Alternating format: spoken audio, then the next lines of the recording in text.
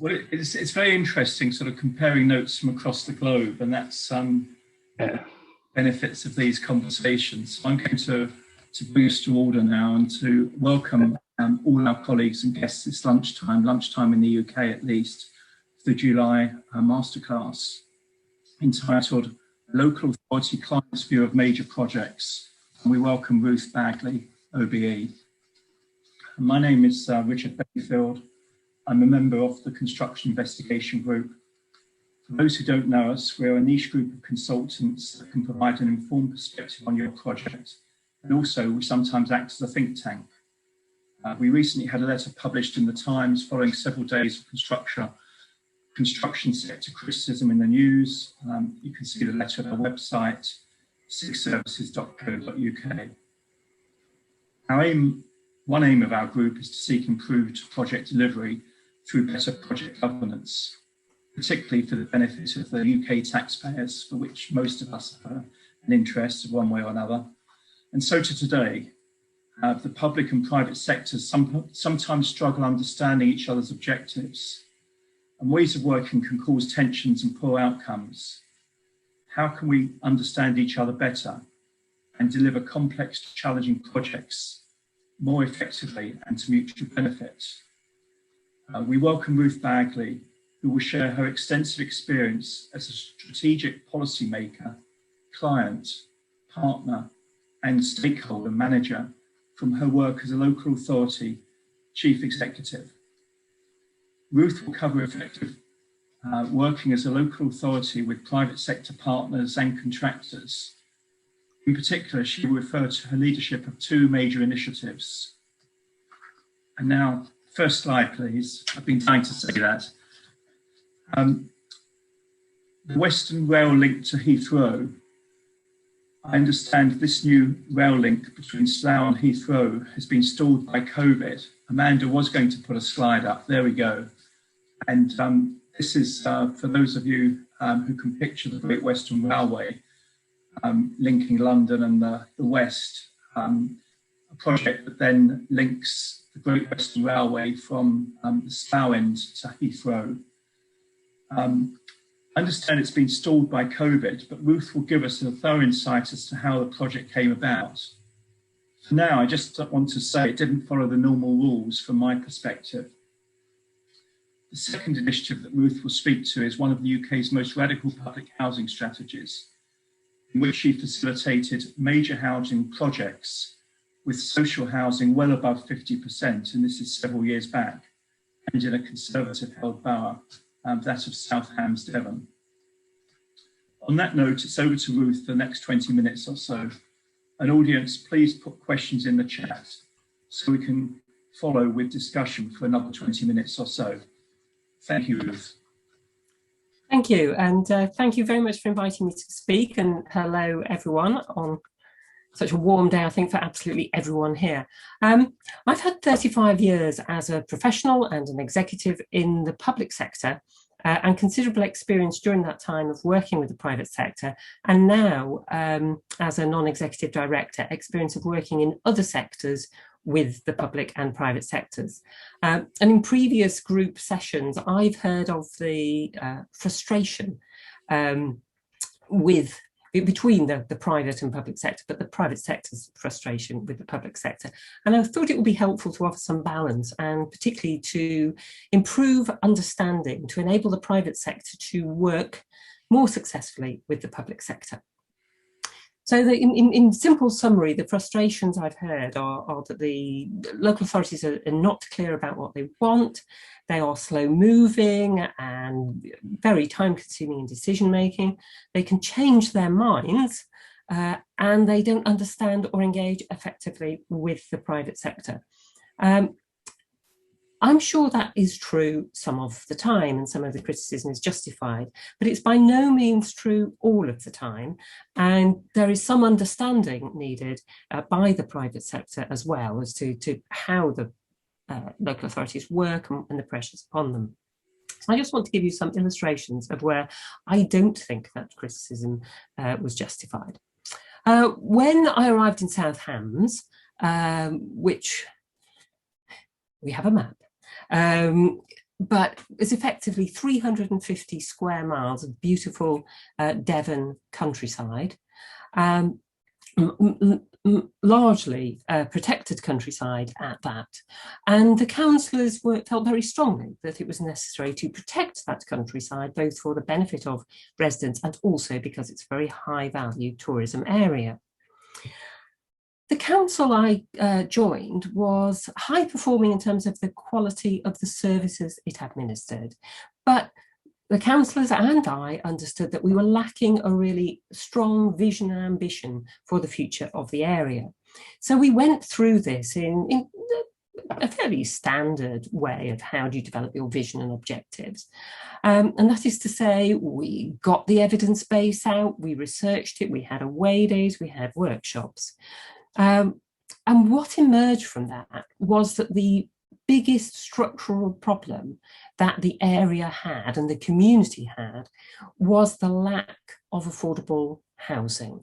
In fact, our evidence showed that the average price dwelling in the South Hams, in which I include a single room flat, the average price was 15 times the average local wage. And as we can all appreciate, that makes buying a house for a large proportion of the community pretty impossible.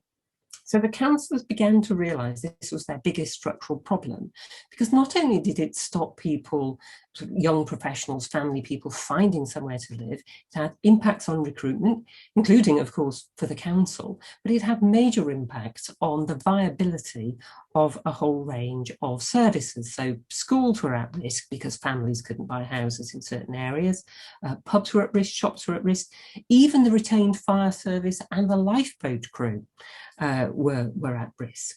So we set out to do something about it. We knew that 82% of all new housing planned to be built in the South Hams should be some form of social or affordable. But we also knew, or we couldn't find, in fact, any local authority which had a target of higher than 25% for all social and affordable housing. Members wanted to be ambitious. They were conscious they might fail, but they preferred to set a high target and fail at that, rather than set a low target. So they set a target of a third social housing, a third affordable housing, and a third left to the market. Even so, 66% target still didn't meet that 82%, but we needed to change opinions, we needed support from our community, we needed support from our parish councils, but those messages about the viability of communities really hit home. So we developed a broad level of support. We embedded those targets in our local plan. We lost a bit through the local plan process, but generally we got 50% right the way across the area and 66% in some specific communities. And we started to deliver. And it might only be 25 houses here or 25 houses there, but we managed to deliver on our 66% target. And of course, that started to change opinion and it started to roll. So that's an example of where a council, by using the evidence it had, changed its priorities. It still wanted to preserve, and we can now see, still wanted to preserve those beautiful parts of the community, but it acknowledged that it needed to get affordable housing built to sustain the sense of community and the balance of community.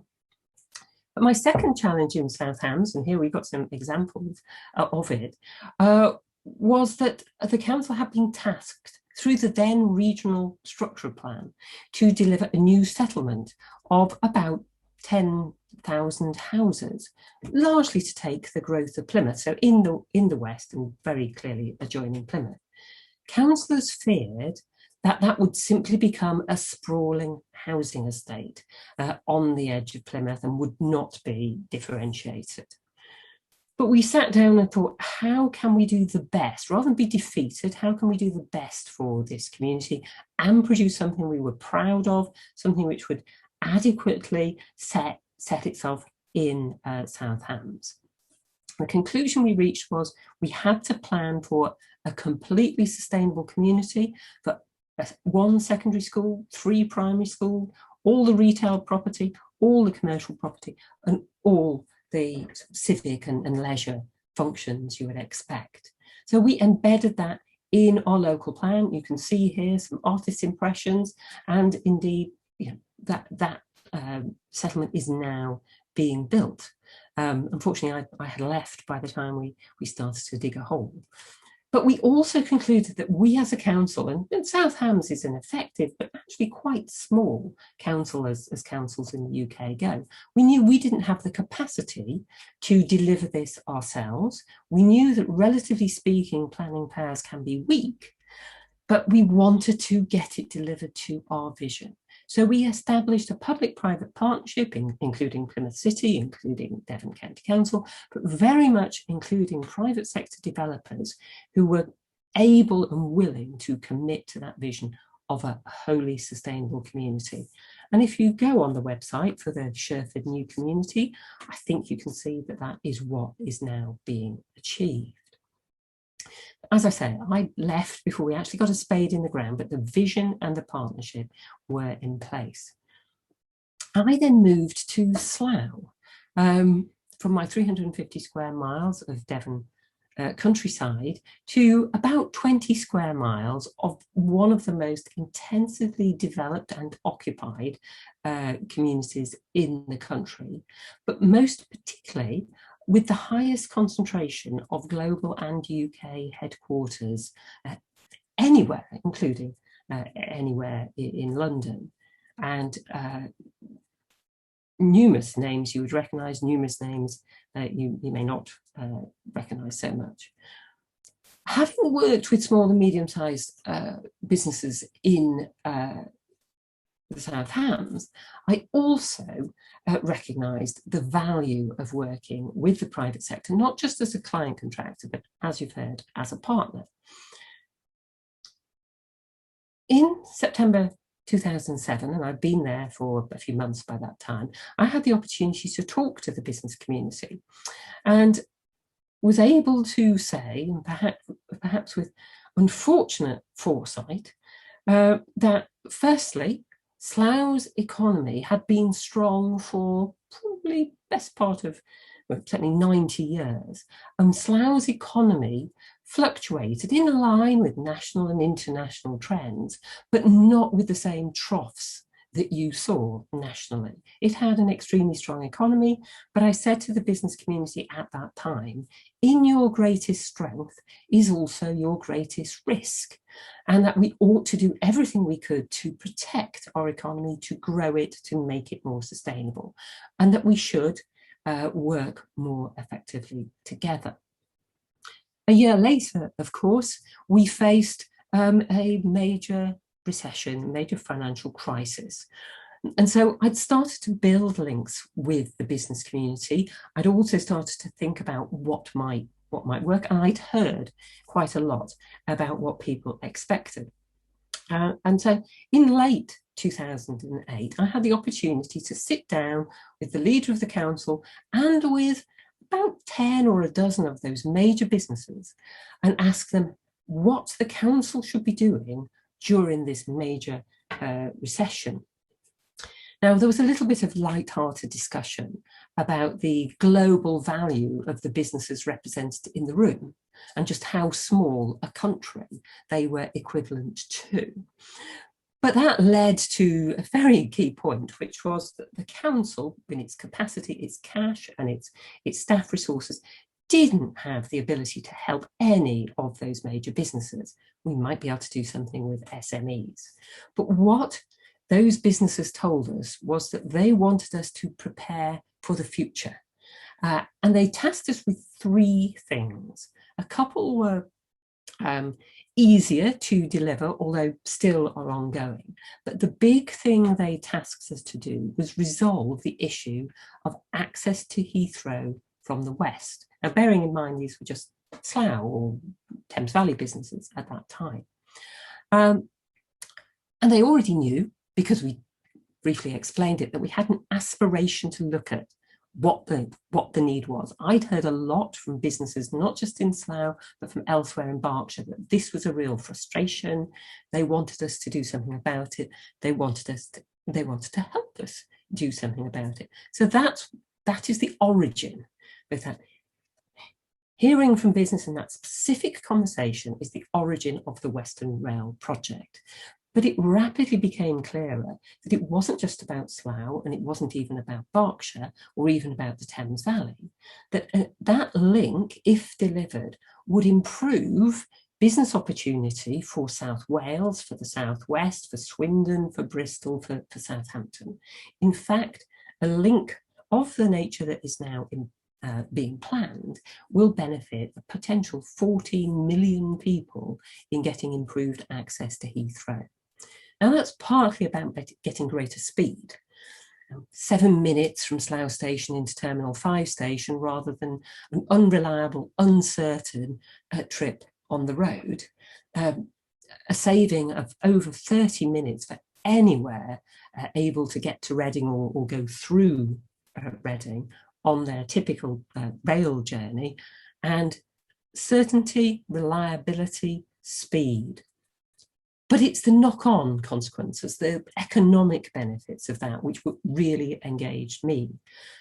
42,000 new jobs, added GVA, estimated in 2010 as about £800 million and £1.5 billion of savings to business. And what's become increasingly important, of course, is the environmental benefits of producing such a link. Something like a 5,000 tonne reduction in CO2, contributing to the UK's climate change targets, contributing to less congestion and less pollution. So that came from that business conversation, and we carried on with our business conversations. We made a point of regularly meeting all the strategically important businesses in the town. We wanted to hear what their needs were, whether they were immediate and modest or strategic, and we wanted to tell them what we were trying to achieve and ask them how that fitted in. So we established a very strong partnership. So whether it was as a client and some contractors, whether it was as a partner in working with business, I recognised that the businesses that many of the businesses that were working in Slough understood about their investment in their business was also their investment in the community, and we could work collectively on that. So I'm a massive advocate, and have been now for 20 years at least, of working with the private sector and the mutual benefits it can bring. But I'm acutely conscious that the private sector sometimes doesn't quite get it, doesn't quite understand, and sometimes that is, of course, the local authorities' the problem of local authorities' creation. So the first thing I would say is that whilst all councils have similarities, they are all different in their own way. So don't make assumptions. Don't assume that the way you approach local authority A is the way you should approach local authority B. And I can expand on all the variations there are. Be aware of the democratic process. It impacts on the ability to make a decision. It impacts on the timing of how a decision will be made. And it massively impacts on how councillors feel about certain things. And be aware that there might be what I would loosely term mission creep. Sometimes good mission creep, sometimes less good mission creep. There are internal pressures. There may be a new leader or particularly influential members who may want to adjust something that's already well advanced in planning. There may be public pressure, public reaction to a proposal.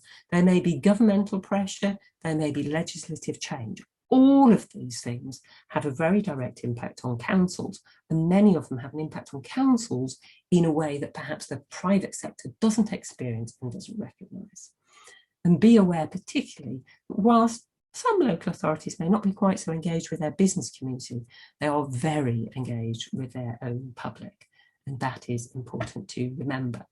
So I can expand on all the variations and how to work with local authorities. I can also expand on several of the projects we've already mentioned and some more. So thank you very much. Back to Richard. Thank you very much, Ruth. That was well, very informative, but also I think the story of the Heathrow link is absolutely fascinating, because just asking a simple question of the community you were leading, the question around, well, what can we do for you when these are multi-billion organisations, it's really surprising actually that you've got something so tangible. And maybe you could just give us a bit more insight at the moment into the status of the project, and working with the leads, Heathrow Airport and Network Rail. Please expand there. Okay, well, we're now in 2021, and so my frustration in broad terms with the project is that there hasn't been a spade in the ground yet. What happened from 2010 to about 2012 was we built a big public-private network of supporters right the way across South Wales to South West, and with the private sector as well as with local authorities. In 2012, government adopted the whole scheme.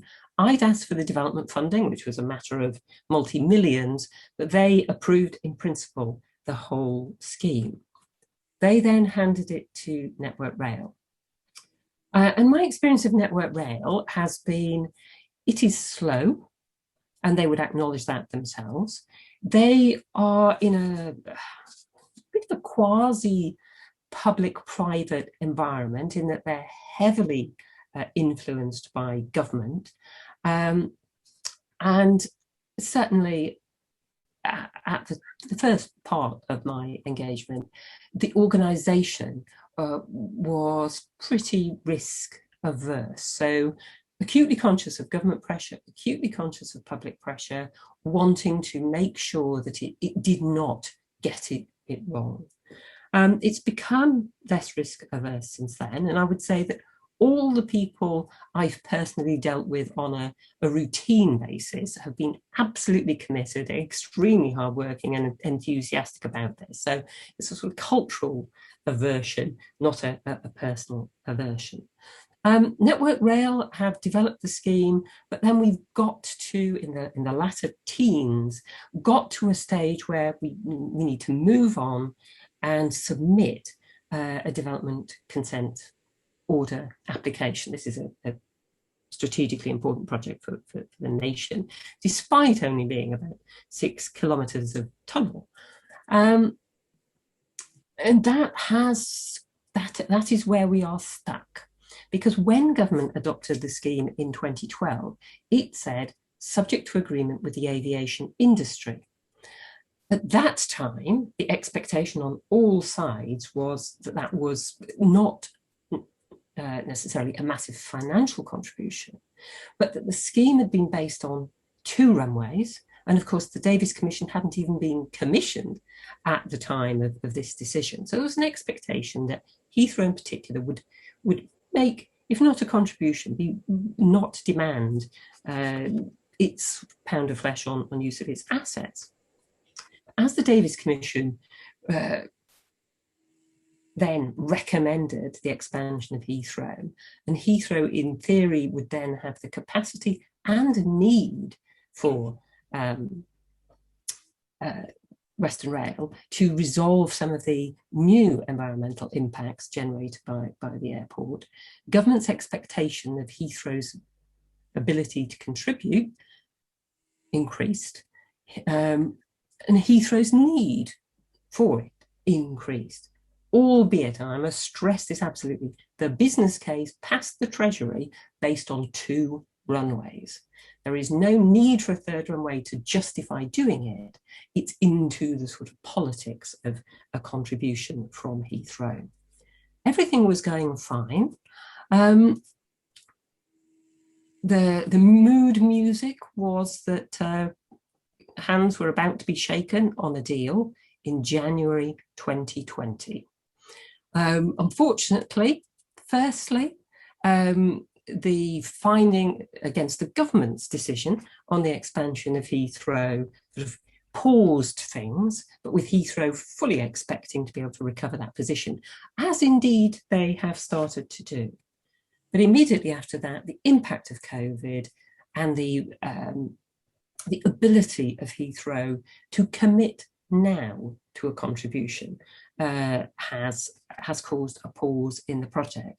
That's not to say, but by any stretch of imagination, that Heathrow aren't committed to it. They have been consistently committed to it. They are now debating with government whether the contribution they were talking about in January of 2020 is appropriate today, and how and when they might be able to commit to all or part of that contribution. So my experience of working with Heathrow as well, absolutely committed to this scheme, very constructive, trying to find ways through this awkward dilemma now of a scheme which is justified on 2 runways, but which some of the finance at least is available through the passenger numbers generated by 3. So where we are at the moment is lobbying government to say it's justified on 2 runways, it's a levelling up project, it's an environmental project.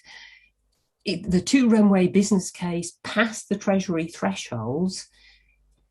Heathrow will have difficulty committing to a large sum of money in the immediate future, albeit they fully expect to be back at full capacity on 2 runways well before Western Rail could possibly open.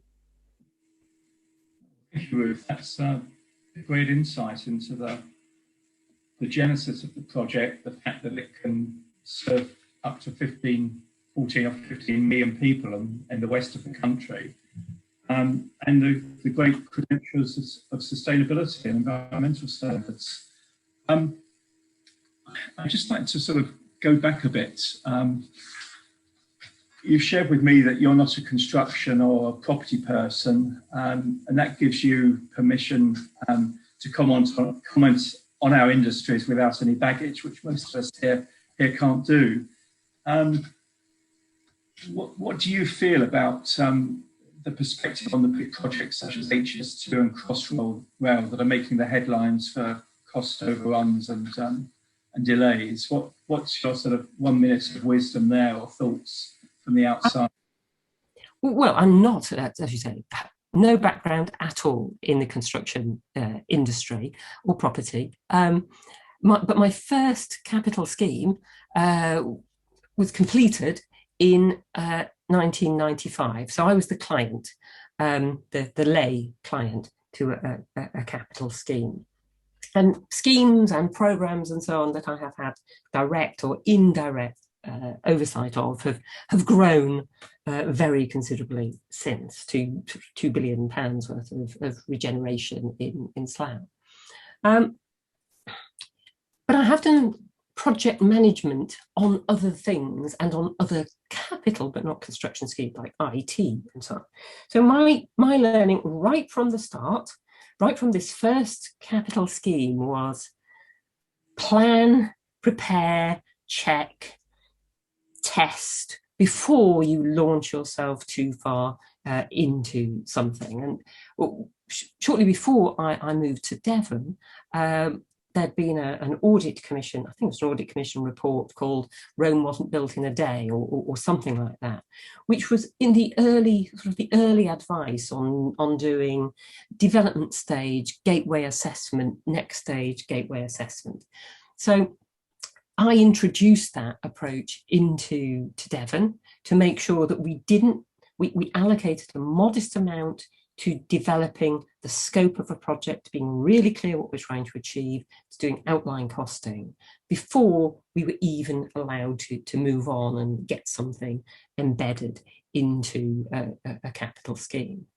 The other thing I learned, and that this was from what I encountered when I arrived in Devon, is that when people have an idea, they come up with a cost which is invariably optimistic and invariably at the value of the day they come up with the idea, and not the value it is likely to have, or the cost it's likely to have, when it's built.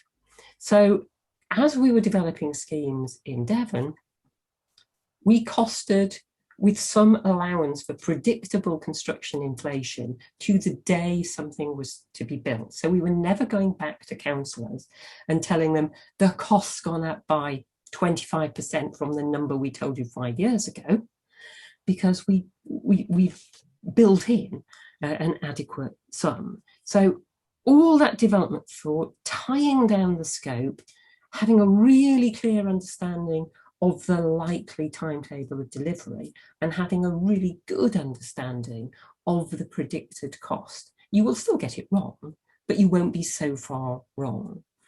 And then the other thing I've learned, and it might be a comment on quite a lot of schemes, including some that I've been responsible for, is be aware of mission creep. And either stop it happening, or if it is justified, state it, cost it, build it in, and everyone knows what they've done. Thank you. I certainly remember that report, Rome wasn't built in a day, and it's something I find quite strange that there's so much good material out there, and yet the number of occasions that we're invited to events where we're trying to reinvent what's already been done. Perhaps we're part of that process now today, but I think it's good to learn from someone with that objective view that doesn't have the construction sector baggage. Thank you, Ruth. And Bill Taylor, I see your question around public-private partnerships in the chat. Do you want to expand on what you've written there, Bill? Yes, I was really intrigued on your comments around the housing programme, and you established a PPP for it, Ruth. What was interesting, what you said was you wanted to get people bought into the vision that you created, which was really, really important. And it led me to think, well, how did you then select the right partners for you that were bought into that vision? What did you go through to ensure that the people you did bring on board, those industrial people, believed in what you were doing? What was your selection process? How did you do that? Well, to be frank, in respect of Devon, it was just starting as I was leaving. I can't remember how far we'd progressed, so it would be unfair to comment on that now. But the basic principles of that, and where I've sought other, whether big partnerships or contracts, is firstly that the client is very, very, very, very clear about their expectations and their parameters. Because I think it's unfair to both parties, or all parties, to not be plain about that, and to not, no surprises. I suppose is the best way of putting it. No surprises, that you don't sort of go into something as a what appears to be a strictly commercial contract and then find the client wants to add some bells and whistles and subtle nuances which are going to cost money into it. So first thing is to be really, really clear about what the client is expecting. And then, and my experience of all sorts of capital schemes has been to meet the people. So I've gone through, on all sorts of capital and indeed other things, a competitive interview process. So we might have a first stage with a weeding out of those that have the track record, have the commitment to adherence to whatever the model is, but then actually go through a competitive interview. And whenever I've done those, I've actually written into them that we expect to see the people who will be doing the job, not a salesperson coming to explain what the whole organisation can do. So go through a process which not just tests the written stuff, but tests the faith of the people in the room. And let's be clear, it's a two-way process. I know on a couple of occasions that my organisation has been interviewed by a bidder for a contract. And I say that because I know I've been personally checked out as and met on a can I work with this person basis, and say on more than one occasion. So I think there's something about both parties, or all parties, really understanding where each is coming from and judging whether you can work with them. I understand what you're saying, and the methodology of assessment using behaviour assessments and those type of interviews now are established for a lot of major programs. They did it for HS2, Network Rail use it a lot. The question is, of course, how do you ensure fairness? How do you assess one contractor against another contractor in a fair and impartial way? And there's an ISO standard on this. It's ISO 10667. You may have come across it, part 1 and 2, which looks at how do we do those type of assessments. But it is very, very important that it's done absolutely fairly. Otherwise, you'll have a contractor called foul, which has been done. So it's very important that is planned exceedingly well. So when, again, some very practical examples, we've set out the assessment process. We've said what the split between cost and value is. We've given an indication of the criteria, both for cost and value, and then gone through an intensive process. Because actually, there is always that, I suppose, I like this person preference, which is not bias. Which is not the same as, can I work with this person? I've liked quite a number of people. I wouldn't want to work with some of them ever. So as long as you're getting that judgment right. But no, I'm accustomed to setting out the broad assessment criteria, the process, and being very clear of marking schemes and who will be involved in that process. Richard, do you mind if I ask another question, or do you want me to shut up and let somebody else have a go? No, I think if you have another one, Bill, that'd be very good. Then Graham's put something in the chat, so Graham then follows, and very happy just to take hands up. Okay. We're due to finish in about 10 minutes, but we can carry on if those want to carry on, I think. So go ahead, Bill. I just wanted to build, Ruth, on the rail problem you had, and it was really interesting listening to the story, and I do understand it. I worked on the Great West Improvement Scheme. I went there to do an audit on it. So one of the things that came out for me was listening to, and it's a part of this whole session we're having today, is how do we understand each other better is the subject. And I think with Network Rail going on at that time that you were trying to put that scheme in place, they were going under huge issues on that scheme of the Great Western Rail Improvement Programme. And it was interesting, actually, in trying to understand what people understand them better, is really getting behind what is the Spice Girls, because they probably understood, what you were trying to do and probably agree with it, but what was their real drivers at that time?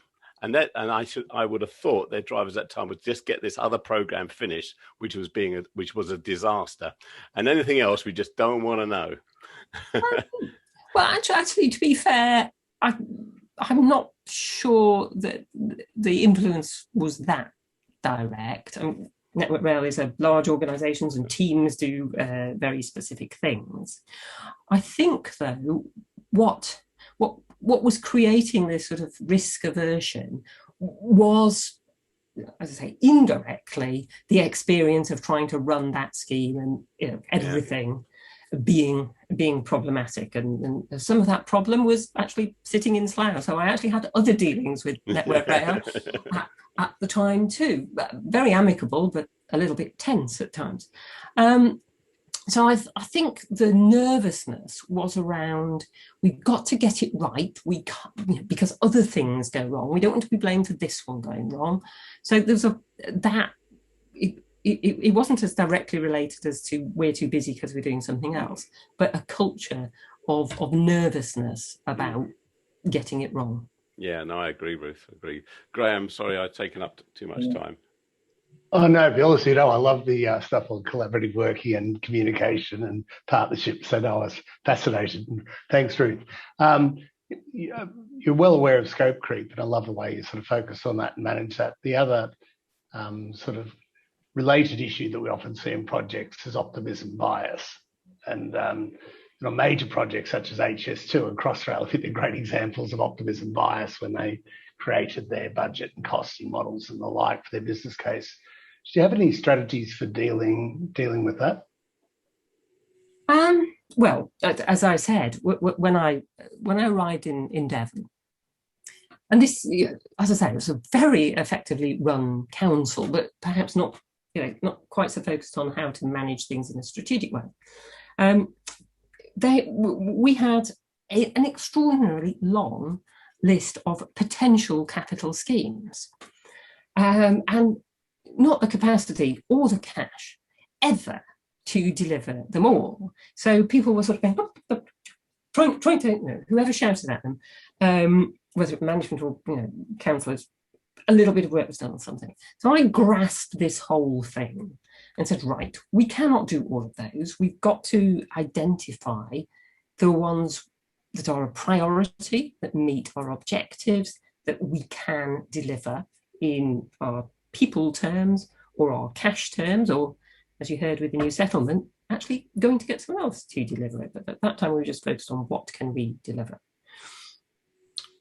And so we categorised them in the end into 4 different groups. The top group being the ones we are going to try and do now. The next group being the ones we would like to do as soon as we've knocked at least one of those off the top. The next one was sort of well on the back burner, and the next one was kicked so far into the long grass you never see it again.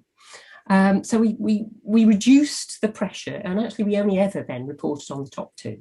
Progress on the first, what the early steps might be on the top couple in the second list. But so we tackled the optimism bias by not creating the optimism in part, and then we tackled it by, as I said, going through this stage process where before you got too far embroiled in a project, you'd done enough planning and development to have a real clarity about how long it would take and how much it might cost. And I have to say, my councillors in Devon were very good, very businesslike about understanding that. So they've now got a shorter list, which was still going to cost them a lot of money, but they genuinely believed it was going to happen.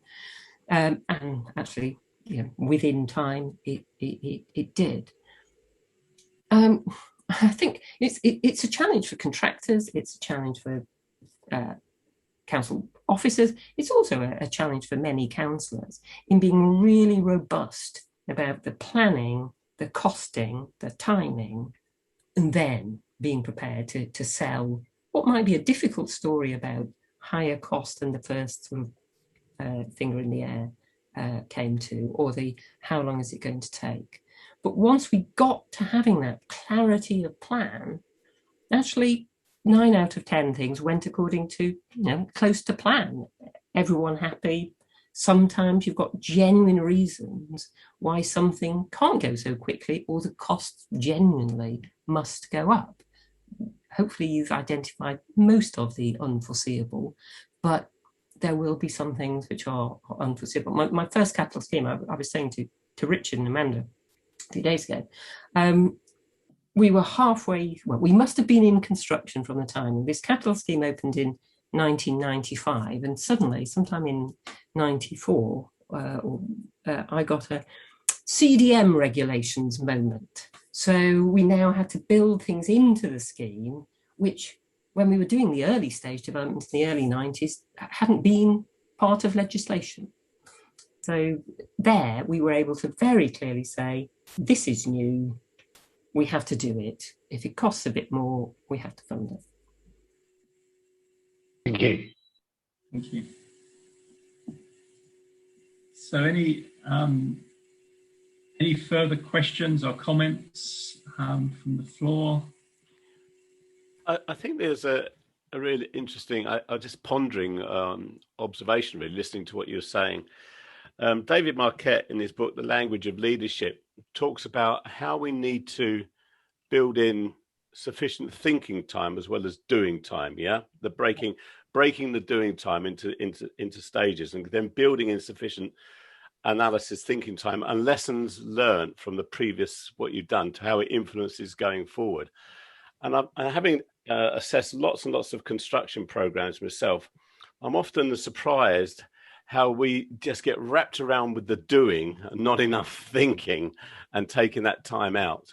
And I haven't just come off a big order I've just recently done. That was certainly the case in that one, where they and the changes kept coming in left, right, and centre. The scope creep, and there was the leadership wasn't there to say stop. We need to think that, break it, think it. What have we learned? Where are we going, etc. And I was just running that as an observation, just listening to it. It was running through my mind. This seems to be a problem that's getting perhaps worse and worse. I don't know. Well, certainly going back to the 90s, my first experience, I built my learning into my second experience because I encountered quite a number of things. The CDM regulations were fairly straightforward. And this is a trivial story, but it illustrates a much, much bigger point. So I was the client. I kept saying, where's your critical path? Don't you have some sort of little graph thing which tells me when you need decisions from me, when certain things are going to happen? No, don't worry your pretty little head about it, sort of attitude. But one day, so I said, well, we've got to, the building's going up, we've got to talk about the internal sort of atmosphere, decor, and so on. It's a public building. And all my staff were already working in that environment. No, we'll leave that. So I got a call one day saying, what colour would you like the toilet doors? And I said, well, I'm not going to choose the colour of the toilet doors without knowing what the colour of the toilet floor is, or the and the corridors and the carpets. And if we're going to choose the carpets, we need to know the colour of the walls, and we need to know the upholstery and so on. We need to know the colour of the toilet doors now because we need to order them. So I said, right, give me 48 hours. And fortunately, the architects were on the floor above me. And I went and got all the samples of carpet, upholstery, and said, right, handed them to my staff. Said, we've got 48 hours. I want you to come up with some design schemes for the whole thing. I ended up with 3. One was a complete outlier, someone who wanted to make it look like a sort of Burger King. It's all orange and brown and yellow. And 2, which was similar, except one was green with a hint of red, and the other was blue with a hint of red. They were both perfectly acceptable, and I just made the executive decision I was going with the blue. So I go back upstairs, taking all the samples, take the list, and say, right, this is it. This is what we think. We know our customer, blah, blah, blah. I'm afraid most of you are not going to like the rest of this story.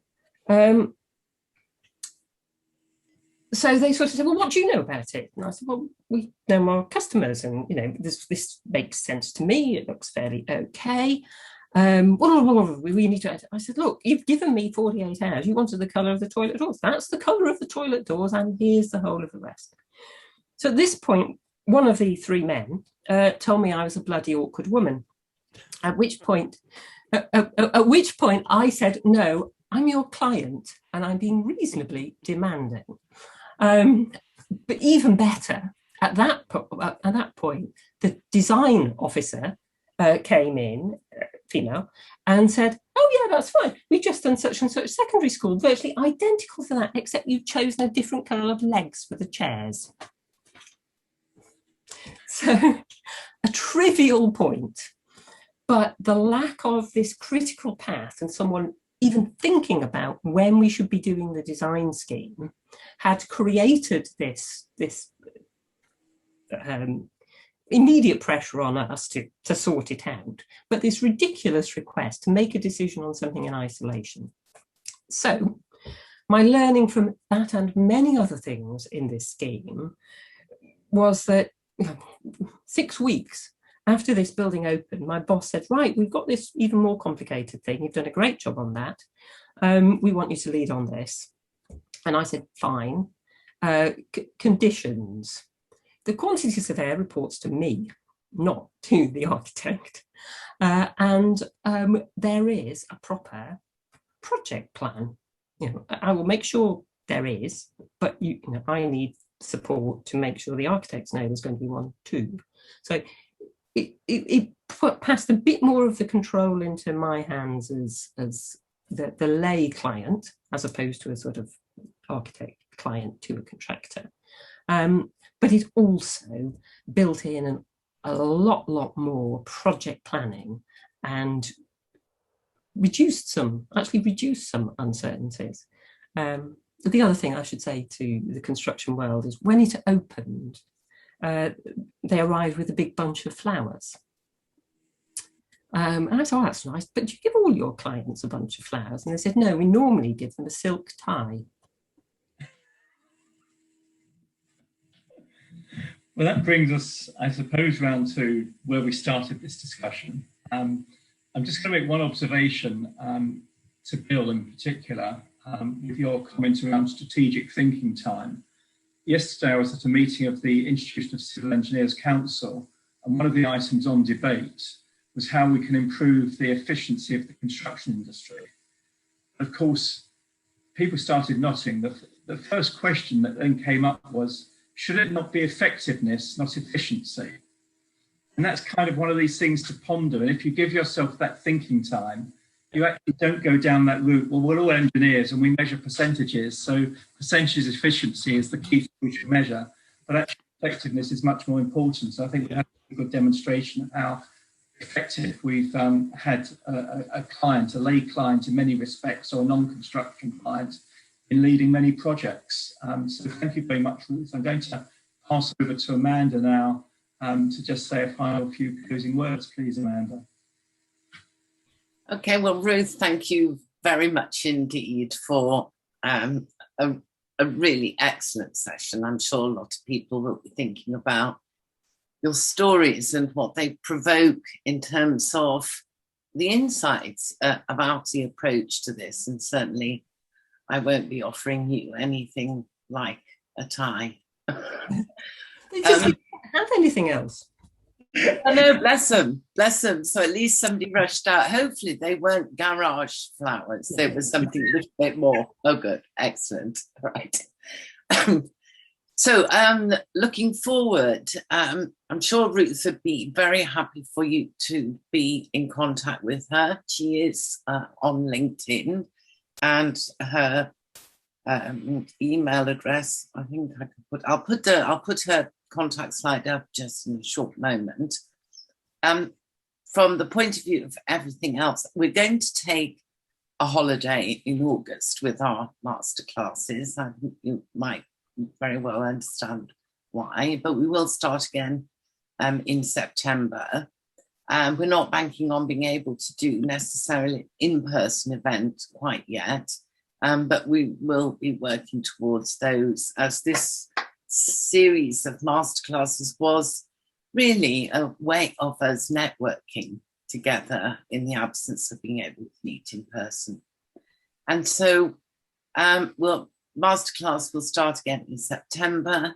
I'll put Ruth's slide up very shortly, and so that you can see her contact details. And thank you all for your great questions and for finding time in a very hot but lovely English summer day. So thank you all very much, and see you next time. Hold on whilst I put the slide up before you all disappear. Thanks, Ruth, and thanks all. Yeah. Thank you. Thank you, Ruth. It was very interesting. There you go. Very interesting indeed. Yeah. Thank you. Thank you, Ruth. Thanks, Amanda. Thanks, Richard. That's very welcome.